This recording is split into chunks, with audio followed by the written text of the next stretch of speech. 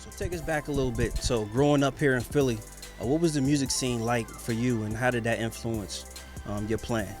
Man, the scene out here was super epic, bro. Like, like going to the conventions alone was already like something mind blowing for me to experience.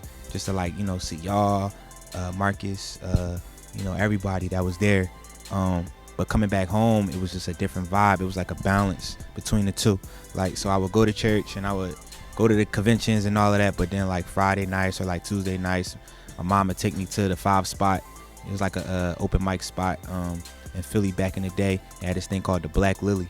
And the Black Lily was like where all the neo soul era like was created, like with Vidal Davis, Andre Harris, Jazzy Jeff, Jill, The Roots, Bilal, Quest, Jaguar Wright, man, Floetry, just everybody, like music, Glenn Lewis, everybody was there. So just experiencing that, man, alone, man, kind of it molded me to be who I am today.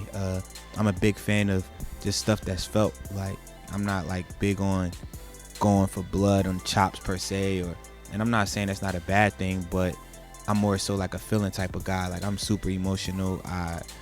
I'd rather you feel what I'm playing instead of you just hearing it, you know? So it's definitely something like that kind of like helped me become who I am today, and just being around just the right people, like I never really had friends my age until I came to the conventions. I came back home to old heads, you know what I'm saying? Like, if it wasn't like the street side of my family I was with, or the live music scene, it was always older generation. It was always like the Tye Tribbetts and Spankies and Dole and Jers and all of them, man. Like those are like the people that I kind of was around. Soundcheck and GA was like my friends, you know what I'm saying? So it was like that's all I really had. So now being 27 is like I feel like their presence is like in me, you know what I'm saying? Like, when you see me and you hear my music, you hear everything I went through. You hear the transitions between all the eras of music, all like the different styles and all of that stuff. Like, you hear that through my playing. So that's why, like, now we out here. Yeah, that's solid. Yeah. So take us back. When did you start playing? So you're 27 years old now. I remember you playing at a very young age in the convention. Yeah. But when did you start playing the drums? I started playing. My mom told me I started playing when I was 3. Yeah, that's really what it was. I was 3 years old playing at the church, United Baptist Church, and yeah, that's what it was. I was 3 years old playing. My grandpa was a big thrift shopper. Like, he liked going to like not even thrift, flea markets. Yeah. Like, he was big on Saturday mornings going to the flea market in the parking lot out in Jersey somewhere, and he ended up stumbling on a kit, and he got me a kit. And my other grandfather, my dad's dad, he bought me a kit. It was like a red Premier kit, and he had it set up at his crib in VA. So when I would go to Virginia, I had that drum set in the living room, and then my grandpa had like a little first act little drum set for me. So it went from like just watching Willie to like setting up my drums in front of Willie and playing what Willie was doing. So that's how it went. 3 years old. Cool. That's what's up. And like growing up all that time, and you being around the stuff you were around growing up in Philly, what was the work ethic like? I think one thing that I see from the outside looking in, Philly music scene has always been crazy to me, especially in Pennsylvania, being in Pennsylvania. But the work ethic, I think, has been different that I see when I go to other places. Explain to me a little bit about like the work ethic, what you do, like what's your regiment like? Man, honestly, Philly is based off of hustle.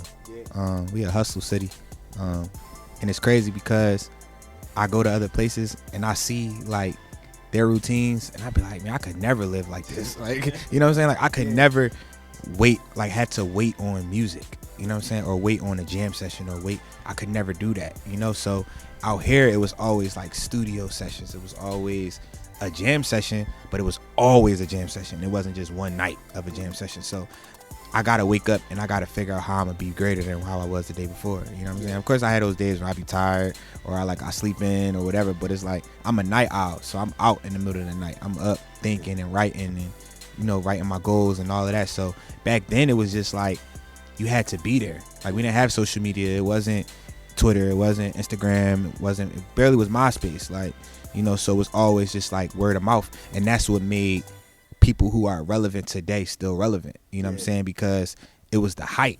like real hype. Like now it's just hype of let me pull my phone out. Back then it was like you missed it, so you're about to be mad because I'm hyped about what I saw and you didn't get to see it, you know. So it made that moment more like impactful. Like you was more so like you was sick that you didn't see it, so you was like, dang, I can't miss the next one.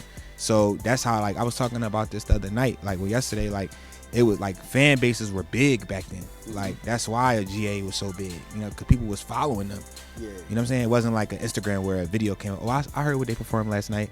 Like no, like you had to be there. You had to witness it. So the work ethic was just like just waking up and trying to be better than how you were. Like my mom always made sure I was 10 toes down. Like she always made sure that I had, if it wasn't just about like Philly big on swag, like my swag always had to be right. I always had to be ready. You know, I always had to be ready for a call or ready for a moment.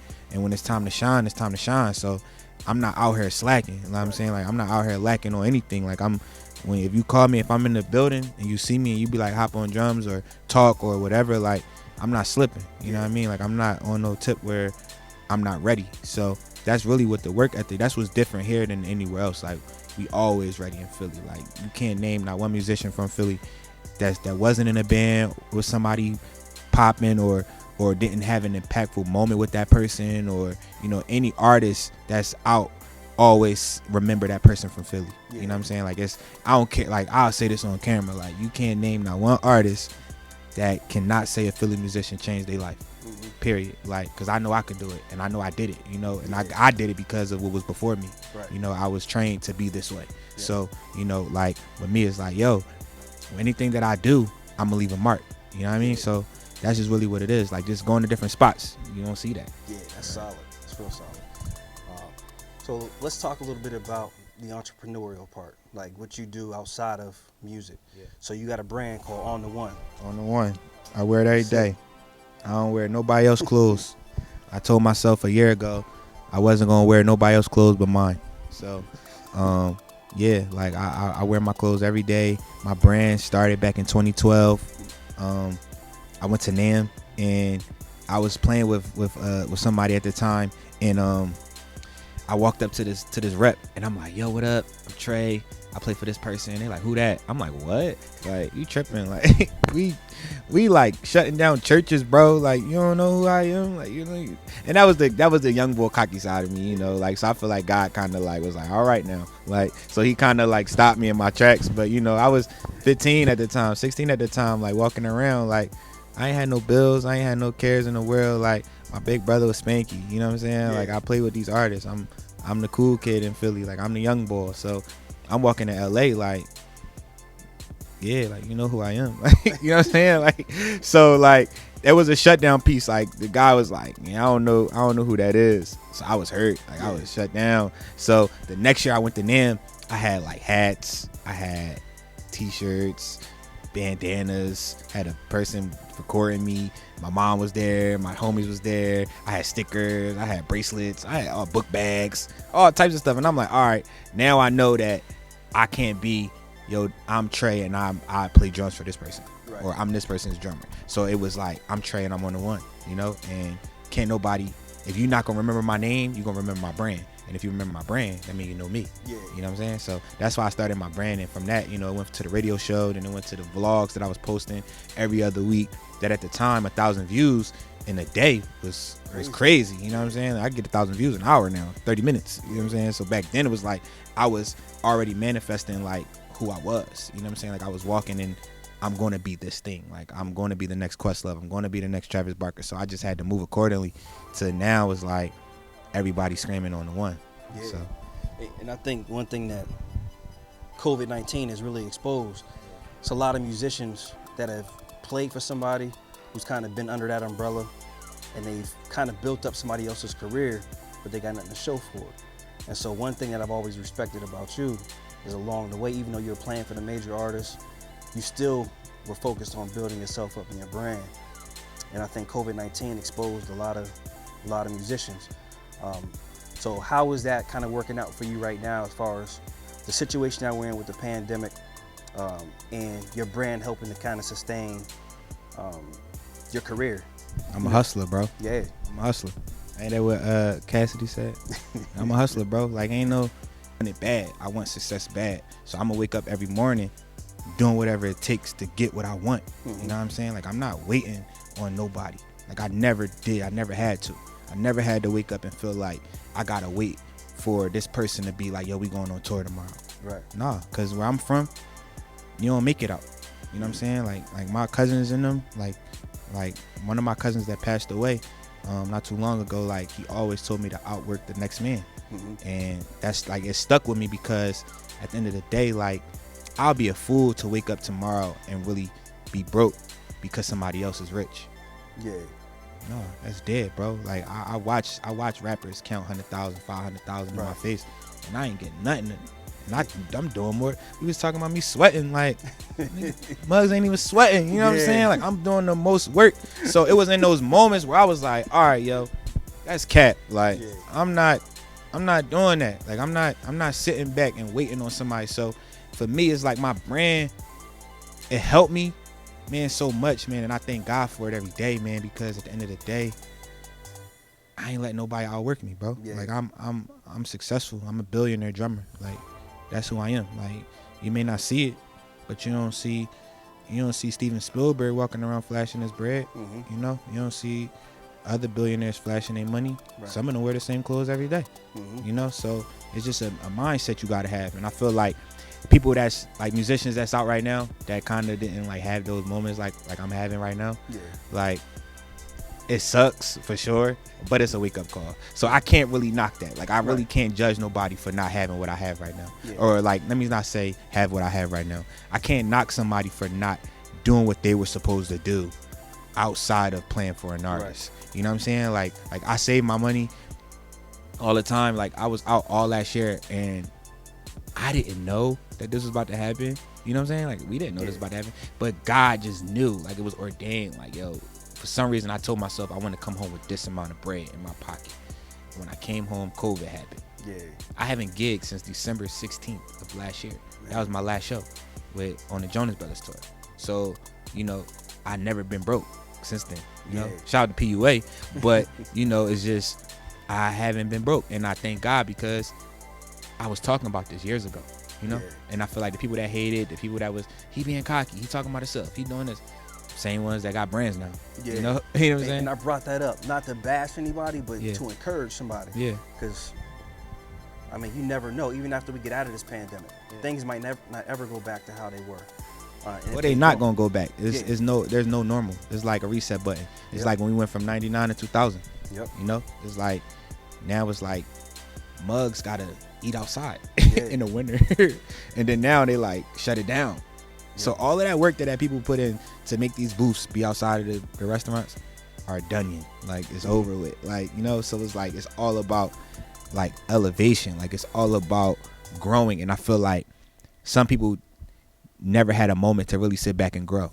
You know, like, and I can say myself, like, I've been moving so much, like, in the past 10 years, bro. Like, even in the past, since 2013, when I did my first tour with Marsha, like, from that moment on, like, I haven't really had a time to really sit back and really just take it all in and be like, yo, like, you really doing it? Because I really be waking up like, man, I'm not doing enough.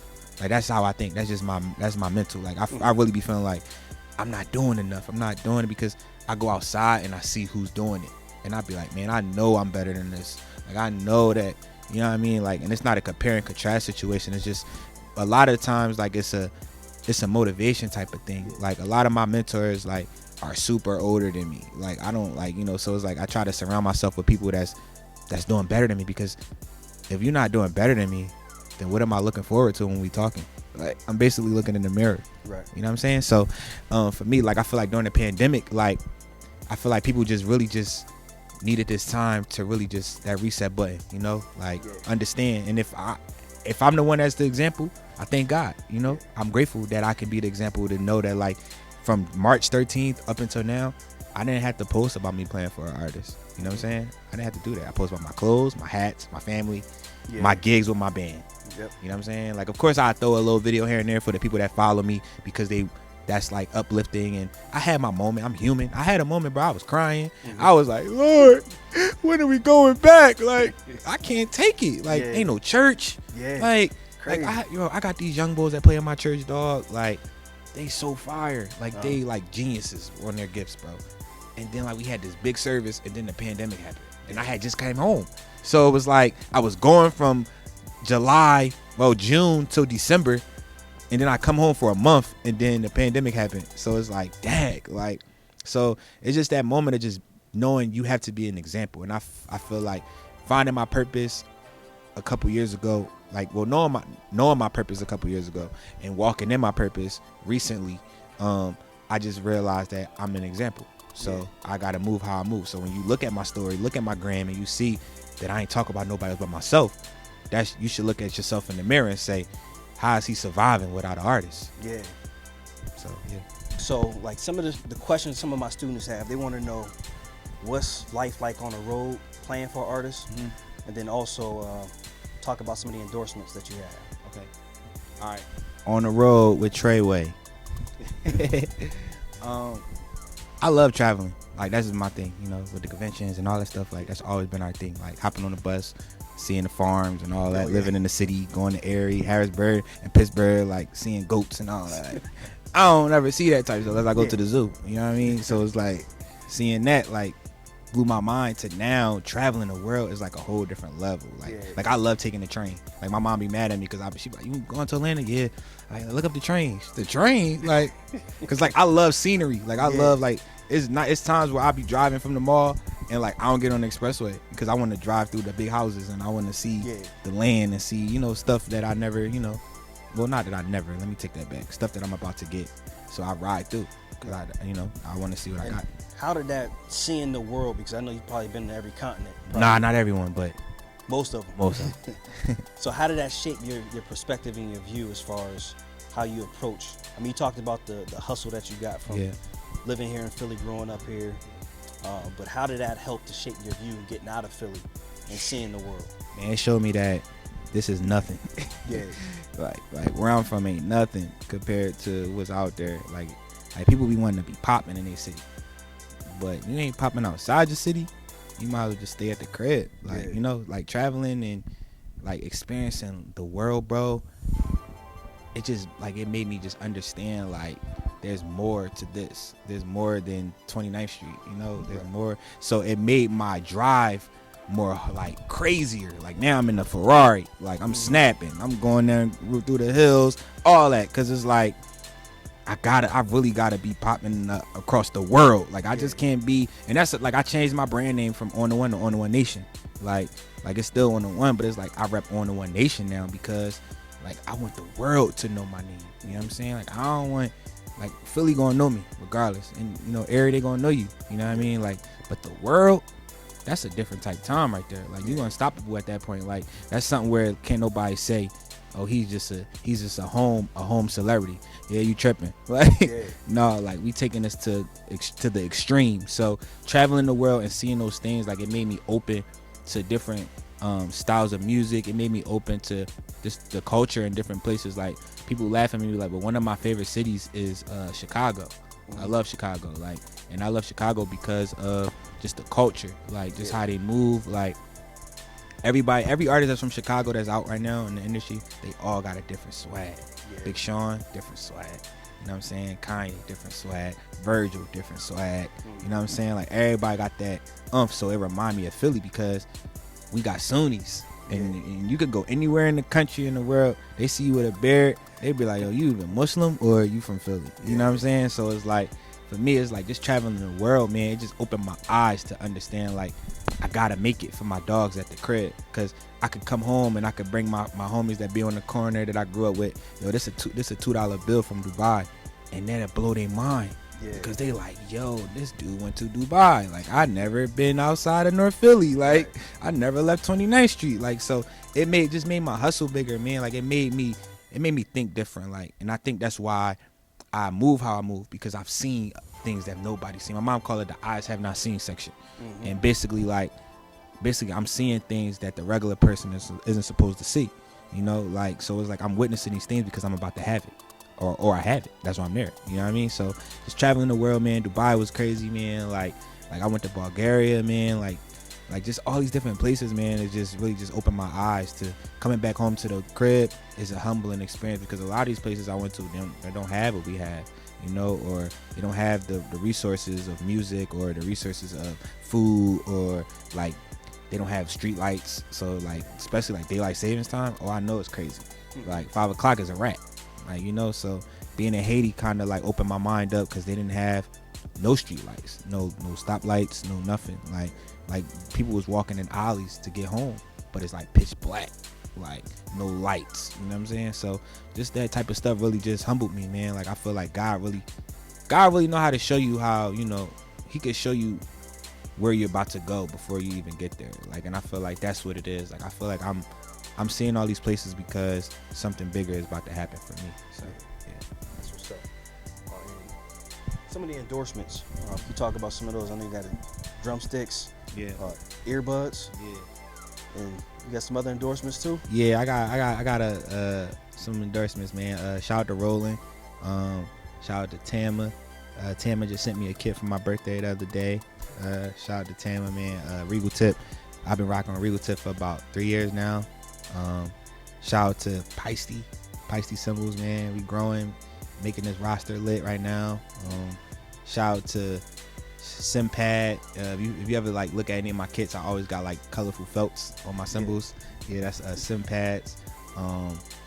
Man, who else, man? Empire Ears, that's who I'm endorsed with In-Ears Empire. Shout out to Essential Water. Shout out to On The One. I feel like I'm leaving somebody out. Shout out to Drum Cat. I've been playing Drum Cat for a minute. DOS pads, electric pads, Sun House. They make like triggers that I've been playing. Go on and on. Yeah, trying to think. I feel like I'm leaving somebody out, but yeah, that's how it is, bro. And even getting endorsements, man, like it's cool, but you really gotta put the work in. You know what I mean? Like people be trying to get endorsement deals because they be like, oh, I'm gonna get free stuff. It's cap. Like you gotta really be popping, like, cause they not our color, you know. Yeah. So the fact that they not our color, they ain't really reaching, you know. Like they ain't not really looking. It's like you really gotta be like popping. Like you really gotta be making noise for them to really be like, yo, I need him to be a part of my situation. So when I got my endorsements, I was really coming at their necks, like, yeah, like I know I need you, but keep it in a buck, you need me. Like you don't even, like, you know what I'm saying? Like, and when that happened, like I took these companies up, you know, like along with my friends. Like when I got Regal Tip, I was going to Regal Tip booth and I wanted Vader and Vic Firth and all that, you know. That's the typical, like, you're a drummer, you need that, like that's like the staple.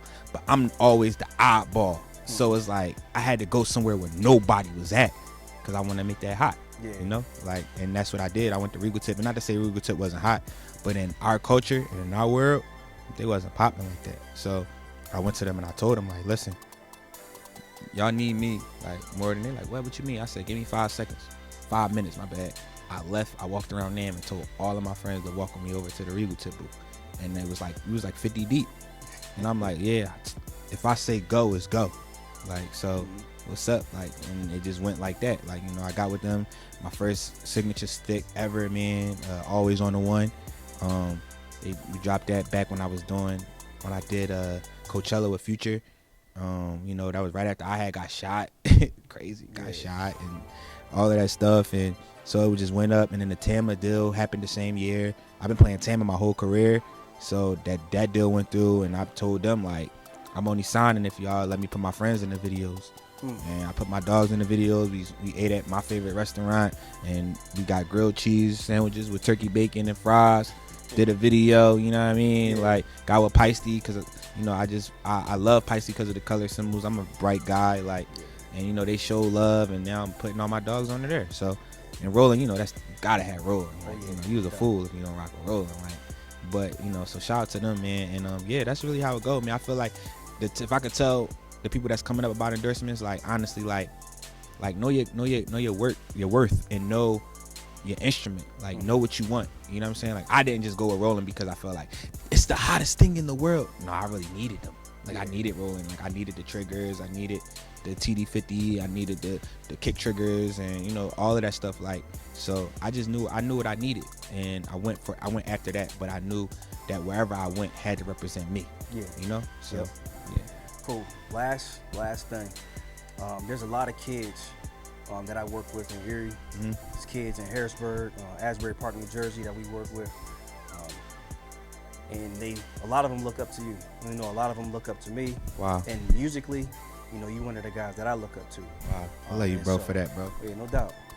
And so what kind of encouragement can you give those kids in those smaller cities that really don't get a chance to connect with, you know, the level, the caliber of musicians, you know, that come on, that are from this area, from Philly, that cloth that you're cut from?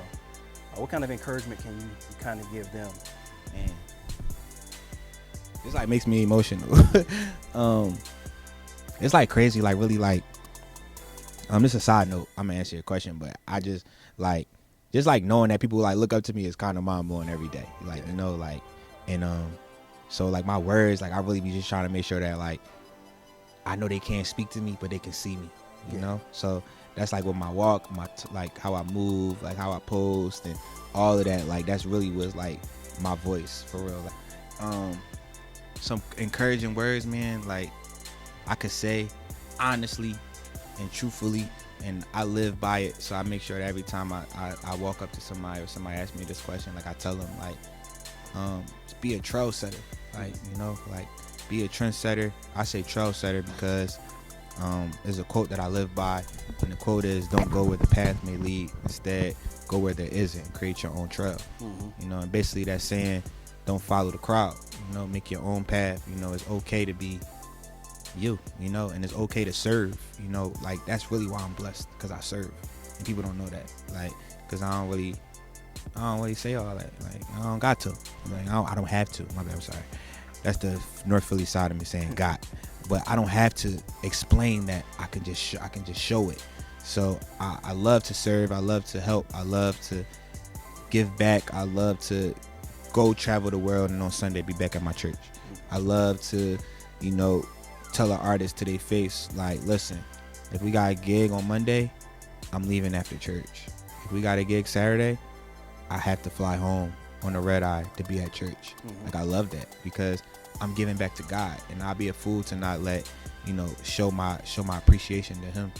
You know, he giving me everything that I got. Right. You know, so don't go where the path may lead, but instead go where there's a trail, man, and create your own. Like it's okay to feel like you are an outsider. It's okay to feel like I don't sound like this person, or that's the best feeling in the world, because you're not what they are.